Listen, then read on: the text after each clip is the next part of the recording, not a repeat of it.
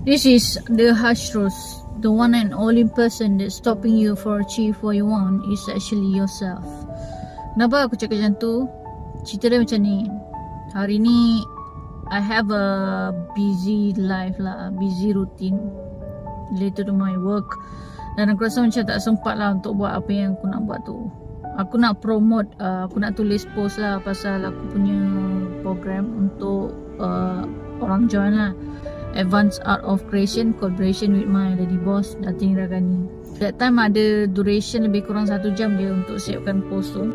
Aku ni jenis kalau buat kerja I'm very detailed. That makes me macam slow pace sikit lah untuk siapkan suatu task.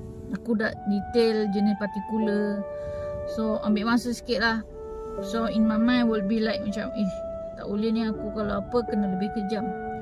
Aku tak boleh ni aku kalau buat kerja aku kena lebih sejam untuk buat post ni.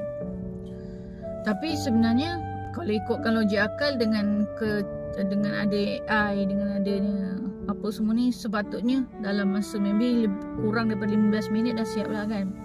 But then untuk orang macam aku rasa macam I need more time.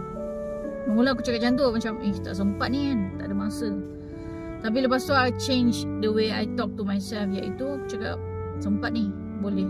So I set that intention, I set that mindset. Lepas tu turn out I just execute what I want to execute lah. So aku prompt sikit, aku buat briefly content, then aku post.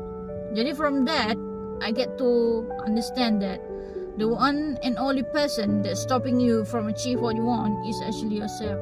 Kau sendiri yang sabotage diri kau, kau sendiri yang menghalang diri kau daripada capai sesuatu. Padahal sebenarnya boleh je.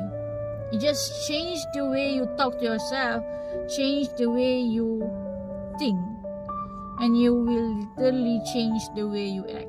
Sebab tindakan kita ni adalah berdasarkan kepercayaan kita. Jadi do aware what you talk to yourself, what you think, what you feel. So yeah. Sebab even dalam Al-Quran pun ada di-emphasize Tuhan tidak akan mengubah suatu kaum sehinggalah mereka ubah nasib mereka sendiri. Makna kata kalau kita tengok konteks deep dia, dekat situ pun Allah dah bagi hint dah. Kalau kau tak ubah diri kau, no one will ever can change you. You have that power. Either kau membiarkan orang untuk ubah diri kau, ataupun kau sendiri yang kena ubah diri kau. Faham ke? Oh ya, do aware of that. Change the way you talk to yourself, change your mindset, and you will literally change the way you act.